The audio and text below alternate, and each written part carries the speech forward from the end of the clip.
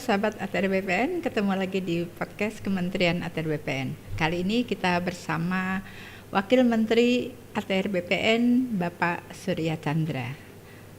Halo Bapak, apa kabar? Halo Ibu Yuli, Ya. apa kabar? Baik.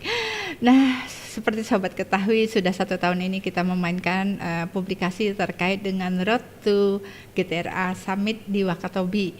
Tentunya pasti sobat ATR BPN ingin mengetahui dengan pasti apa sih sebetulnya GTRA Summit yang nanti akan dilaksanakan pada tanggal 8 sampai dengan 10 Juni di Wakatobi. Untuk itu kami mohon mungkin Pak Wamen dapat menjelaskan. Makasih Ibu Yuli. Jadi cerita awalnya itu dari Rakor GTRA sebetulnya, Rakor Wilayah Sulawesi Tenggara.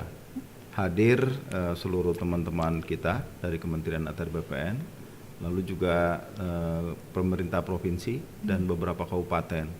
Nah, di dalam diskusi itu yang kita sebut Rakor terintegrasi, karena memang Sultra ini, Sulawesi Tenggara ini unik ya. Provinsinya tidak besar, tapi pulaunya ada 450 lebih. Dan masing-masing pulau itu dikaruniai Tuhan sumber daya alam. Yang luar biasa tentunya sebagian Pak ya? Kawasan hutan, sebagian masyarakat, banyakkan air. Jadi dia salah satu provinsi kepulauan gitu. Nah, yang unik di Konawe Utara di dalam cerita di waktu di Rakor itu cerita ada loh Pak di sini izin usaha pertambangan yang total luasnya itu melebihi luas kabupaten kami katanya. Jadi sambil bercanda orang BPN bilang nggak ada kerjaan lagi kita Pak, udah kekunci katanya gitu. Nah, terus kemudian kita gali dan dalam Rakor itu kita undang juga teman dari ESDM, kita undang eselon 1, hadir eselon 3. Saya memimpin rapat bersama gubernur dan rupanya ketika ditanya gitu, cerita semua Bu. Jadi teman-teman dari SDM cerita, teman-teman dari LHK cerita, orang BPN cerita. Nah, kami menyimpulkan rasanya memang pemerintah sendiri sebetulnya pengen ngobrol gitu. Ini situasi yang bikin semua nggak enak sebetulnya. Ada tumpang tindih, ada menghasilkan ketidakpastian, konflik yang terkait pertanahan dan pengelolaan ruang juga jadi tinggi. Belum lagi peluang-peluang investasi yang terhambat karena itu. Jadi memang dari pemahaman awal yang sangat lokal, kemudian kita diskusi dan wah ini bisa kita kembangin jadi pertemuan nasional begitu. Nah, kemudian berlanjut karena kebetulan Pak Gubernur Sultra, Pak Limasi itu adalah koordinator Badan Kerjasama Provinsi Kepulauan yang pada tahun 2018 mendeklarasikan pembentukannya gitu. Jadi ada deklarasi Batam waktu itu. Nah, intinya memang bagaimana provinsi atau daerah kepulauan ini bisa kumpul dan saling berbagi pengalaman, pengetahuan, bagi masalah dan juga barangkali bagi solusi. Nah, inilah sebetulnya awalnya, jadi berlanjut terus dalam prosesnya kita libatkan hampir semua ya. Jadi saya keliling-keliling ke beberapa menteri juga selain lapor ke menteri kita untuk minta masukan dan hasilnya kurang lebih seperti yang kita siapkan nanti di Wakatobi tanggal 8 sampai 10 Juni. Bertepatan dengan tanggal 8 itu Hari Samudra Dunia, tanggal 9 itu Hari Coral Triangle Bu, di salah satu titik ada segitiga imajiner di Asia Pasifik ini yang koralnya masih utuh, masih bagus, masih alamiah. Nah, titik satunya ada di Wakatobi. Jadi tanggal itu memang tanggal istimewa dan langkah kita untuk mulai mendiskusikan, mensinkronisasi, pemanfaatan ruang dan sebagainya itu bisa jadi awal yang baik saya kira nanti. Ternyata ngobrol itu penting ya Pak. Jadi ini ngobrol yang membuahkan sebuah hasil yang besar. Tentunya keren nanti kita tunggu aja ya Sobat ATR BPN. Nah, di GTR Summit ini kan mengambil tema ya. Kalau saya baca itu yang sudah dipublish itu pemulihan ekonomi yang inklusif dan berwawasan lingkungan melalui reforma agraria. Nah, harmonisasi tata ruang, pemberdayaan masyarakat pesisir dan kepulauan, lebih khususnya penataan pertanahan di ruang wilayah pesisir pulau-pulau kecil ya Pak. Ya. Mungkin bisa disampaikan Pak kira-kira tema-tema apa saja yang nanti akan dibahas di Wakatobi ini? Ada 3 tema besar yang kita bahas dan itu sudah dibahas sebetulnya karena ada serial diskusi, webinar, FGD yang namanya Road to Wakatobi hashtagnya.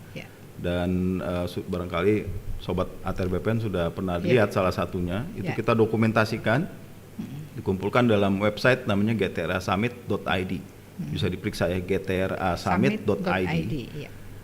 Sudah 21 dilakukan, minggu ini ada lagi 22 dan nggak tahu sampai berapa sampai nanti Juni.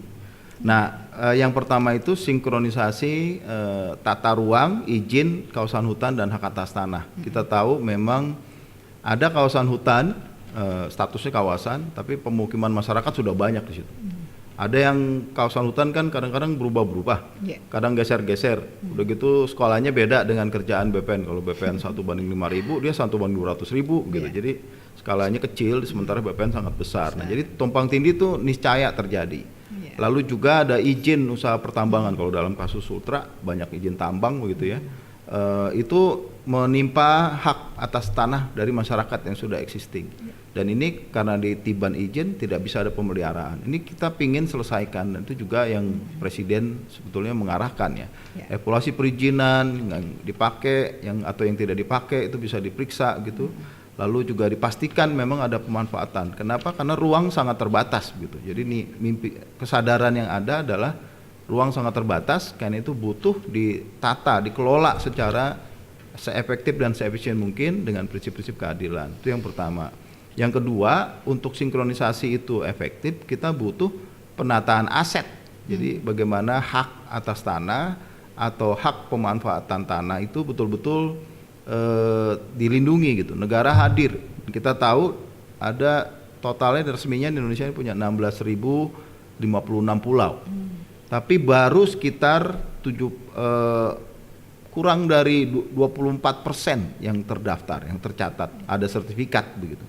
Sisanya itu 76% itu belum ada sertifikat. Jadi sangat besar peluangnya. Di sisi lain, di situ juga ada pulau kecil terluar, pulau kecil yang di batas negara 111 pulau, ada yang di dalamnya kecil-kecil gitu. Dan ini ada masyarakat tradisional yang menetap tinggal di situ, ada yang cuman transit, ada yang potensi alamnya bagus tapi belum bisa kita manfaatkan karena memang secara aset belum clear gitu, belum jelas gitu. Siapa yang berhak, siapa yang mengelola, bagaimana menjaga kepastian hukum, juga kelestarian lingkungan seperti itu. Dan ini kita perlu diskusikan. Yang ketiga soal penataan aset, Bu. Jadi setelah asetnya dapat, aksesnya bagaimana ini supaya bisa memberikan nilai tambah.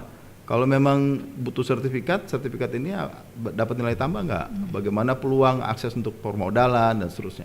Ini tidak bisa dikerjakan oleh Kementerian ATR BPN sendiri, karena reforma agraria itu kan makanya ketuanya Menko Perekonomian, bukan ketua gugus tugasnya adalah Menteri ATR. Kalau Wamen kan koordinator pelaksana dari gugus tugas. Nah, kami melihat, wah kayaknya kita perlu deh ngobrol lagi, merevitalisasi lagi mimpi besar yang namanya reforma agraria menjadi mimpi Presiden sejak Nawacita dan dilanjutkan dengan RPJMN 2014, 2015 sampai sekarang lanjut lagi di periode kedua. Ini apa ya milestone yang kita bisa peroleh. Nah, kebetulan momentum nanti kita cari satu angle yang agak unik, yaitu pesisir dan kepulauan. Itu yang seringkali kelupaan atau juga sering banyak konflik karena tekanannya tinggi di situ. Lingkungannya sangat sensitif gitu ya. Terus juga peluangnya sangat besar. Kita baru manfaatkannya relatif masih sangat kecil. PDB dari pesisir itu baru 20%, Bu, dari produk domestik bruto Indonesia ini, negara yang katanya negara kepulauan, baru 20% sumbangannya. Pesisir dan kepulauan dan laut itu. Jadi sangat besar peluang, tapi juga tantangan besar. Nah, mudah-mudahan sekali lagi summit nanti atau pertemuan puncak ini akan menjadi awal baru ya, milestone baru untuk kita ketemu masalahnya di mana, siapa, kapan, bagaimana kita mengeksekusinya, terus apa yang perlu dilakukan selanjutnya dan seterusnya. Nah, terkait dengan itu Pak, mungkin target yang ingin dicapai di Wakatobi ini nanti pada saat GTR Summit itu apa Pak? Target yang ingin dicapai? Yang pertama ya memang ngobrol dulu sih ya, antar sektor ini ketemu, diskusi dalam forum yang kita susun bersama. Jadi mulai dari judul, tema, ini udah partisipatif, Bu. Jadi judul misalnya kan judul resminya itu menunjuk puncak presidensi G20 ya. Betul. Dengan turunan pemulihan ekonomi inklusif, perluasan lingkungan melalui reforma agraria, harmonisasi tata ruang dan pemberdayaan masyarakat pesisir. Isu G20 ini yang ngusulin Pak Sandiaga Uno. Waktu kami audiensi dengan beliau, wah ini cocok nih, karena Presiden selalu nanya sama saya katanya, apa yang konkretnya kalau G20 ya, apa yang tangible, yang nyata. Dan kebetulan Gubernur Sultra cukup komunikasinya baik dengan Presiden. Beliau juga bilang kalau Presiden tuh pengen banget ke Wakatobi, udah dari periode pertama, tapi belum sempat kesampaian. Coba bikin acara, kata Pak Gubernur. Ya ini acaranya Pak, sekarang kita bikin. Jadi sepertinya memang pucuk dicinta ulam tiba ya. Jadi momentum G20 ini kan Presiden ingin ada pemulihan ekonomi, recover together dan stronger begitu ya. Ini konkretnya apa sih kalau buat rakyat kita? Nah, di sini nanti akan ada penyerahan sertifikat hak guna bangunan buat masyarakat suku Bajau. Kita tahu suku Bajau itu sebagian memang ada yang nomad, jadi sea nomads ya. Dia nomadik di laut, jadi nggak punya tempat menetap. Sebagian menetap dengan tiang pancang. Nah, tiang pancang nempel ke bumi ini mestinya bisa ada pengakuan hak atas tanah di situ. Masalahnya adalah ini ada di laut, tanah pancangnya nempel ke bumi, itu kewenangan BPN. Tapi lautnya ini ruang laut kewenangan Kementerian Kelautan dan Perikanan. Nah, ini gimana kita sinkronisasi dari hal sepele itu barangkali ya. Nanti kita mulai, oh ternyata bisa ada ruang untuk usaha, bagaimana memastikan investor kalau dia mau invest di situ. Ini butuh pendekatan yang ya lumayan rumit ya, karena masing-masing udah biasa bekerja dengan sektor masing-masing. Padahal masyarakat seperti Bajau ini banyak Bu di tanah air kita. Ada di Jayapura tuh namanya suku Enggros, itu memang tinggal di laut, asli di laut, dia tiang pancang juga. Ada yang tinggal di Danau Sentani, jadi Danau Sentani sudah terbagi-bagi tuh wilayah adatnya begitu. Nah kita nggak mampu masuk, negara seperti tidak hadir atau lalai begitu. Padahal mereka butuh akses, karena saya lihat karena kebutuhan akses di teman-teman masyarakat Bajau di Kampung Mola misalnya yang kami lihat di Wakatobi, itu dia uruk Bu. Tanah apa yang tadinya di laut dia bikin reklamasi secara amatiran gitu. Yang punya duit reklamasi, yang nggak punya duit nggak reklamasi. Jadi yang terjadi Kampung Mola itu ada yang daratan, ada yang bolong-bolong. Yang bolong ini jadi tempat sampah di sana. Padahal saya tanya sama mereka, sebenarnya apa sih yang dibutuhkan? Sebetulnya akses permodalan Bu. Jadi dia bikin sertifikat, karena BPN mewajibkan harus tanah dulu, dia reklamasi secara asal tidak mengikuti ketentuan lingkungan begitu, asal dapat sertifikat. Dan akhirnya yang terjadi sekarang banyak yang disita sama bank. Bank juga kesulitan karena ini kredit macet kan. Nah, ini hal-hal begini saya kira penting kita diskusikan. Barangkali kita bisa kasih hak di atas air itu yang sementara sifatnya hak guna bangunan misalnya. Tapi juga kewajiban untuk memelihara. Jadi ada hak dan kewajiban juga pembatasan, rights, restrictions, dan responsibility gitu ya kalau di prinsipnya BPN. Saya kira nanti itu akan jadi menarik ya diskusi itu. Kita udah ketemu Pak Menteri dengan Pak Menteri KKP, Menteri ATR dengan KKP. Udah ada kesepakatan, nanti akan dikeluarkan izin, di atas izin kita kasih hak begitu. Nah ini yang mudah-mudahan bisa diserahkan oleh Presiden langsung. Dan buat saya sih jadi awal ya, jadi titik awal untuk banyak peluang kita bisa manfaatkan. Ruang kita ini kan terbatas ya, jadi makanya perlu ditata, dikelola sedemikian baik gitu. Di sisi lain populasinya meningkat, manusia tuh terus bertambah, kegiatannya hampir nggak terbatas manusia Bu. Jadi apa aja bisa dikerjain sama manusia itu. Di sisi lain kita jangan lupa yang tinggal di ruang kita kan nggak cuma manusia, ada binatang, ada pohon yang kita butuhkan juga. Nah hal-hal ini perlu untuk dipahami, perlu kita sepakati, dan karena itu bisa jadi ada bagaimana memanfaatkannya secara optimal ya, semaksimal mungkin, dan rakyat juga ikut menikmati, tidak cuma sebagian yang punya modal begitu. Kalau suku Bajau itu memang nggak bisa hidup di darat katanya Pak. Kalau di darat masuk angin, sakit-sakit gitu. Jadi dia harus di atas air. Tetapi luar biasa pemerintah sudah ada. Jadi negara hadir seperti Bapak itu sampaikan memang sangat dibutuhkan sekali, karena tanpa keberadaan negara semua hal itu tidak dapat kita capai. Nah untuk itu Pak, apakah nanti setelah GTR Summit tadi sudah sampai apa yang ingin dicapai, kira-kira apa sampai di sini aja Pak ini? Memang tantangan mengerjakan program strategis nasional reforma agraria ini timeless Bu. Istilahnya timeless. Waktu itu Ibu dan teman-teman ATR BPN dan banyak kementerian terkait itu bekerja masa lalu. Ya. Jadi masalah yang dibuat oleh masa lalu begitu, masa sekarang dan masa depan sekaligus. Jadi tiga Tiga agenda. spektrum Iya, waktu itu dikerjakan barengan gitu. Ya. Karena itu tidak mudah. Karena itu kita perlu berbagi tugas Ya. supaya ketika nanti presiden ganti, menteri ganti, wamen ganti, siapapun yang ganti di sini itu masih terus berlanjut begitu ya. Dan barangkali nanti di summit saya membayangkan memang selain membahas masalah, kita belanja masalah, kita juga bisa mendiskusikan risikonya apa sih? Ya. Risiko apa yang mungkin muncul ketika kita mau melakukan apapun yang nanti disepakati begitu. Lalu ya perlu strategi monitoring risikonya itu gimana supaya monefnya apakah sudah on the track atau dimitigasi dengan baik, apa yang perlu disiapkan dan seterusnya seperti itu. Dan termasuk kalau nanti dibutuhkan perubahan regulasi, perubahan juknis antar kementerian, kita perlu bikin mekanisme kerja yang seamless ya, seperti pipa itu nempel gitu, nggak sambung-sambung.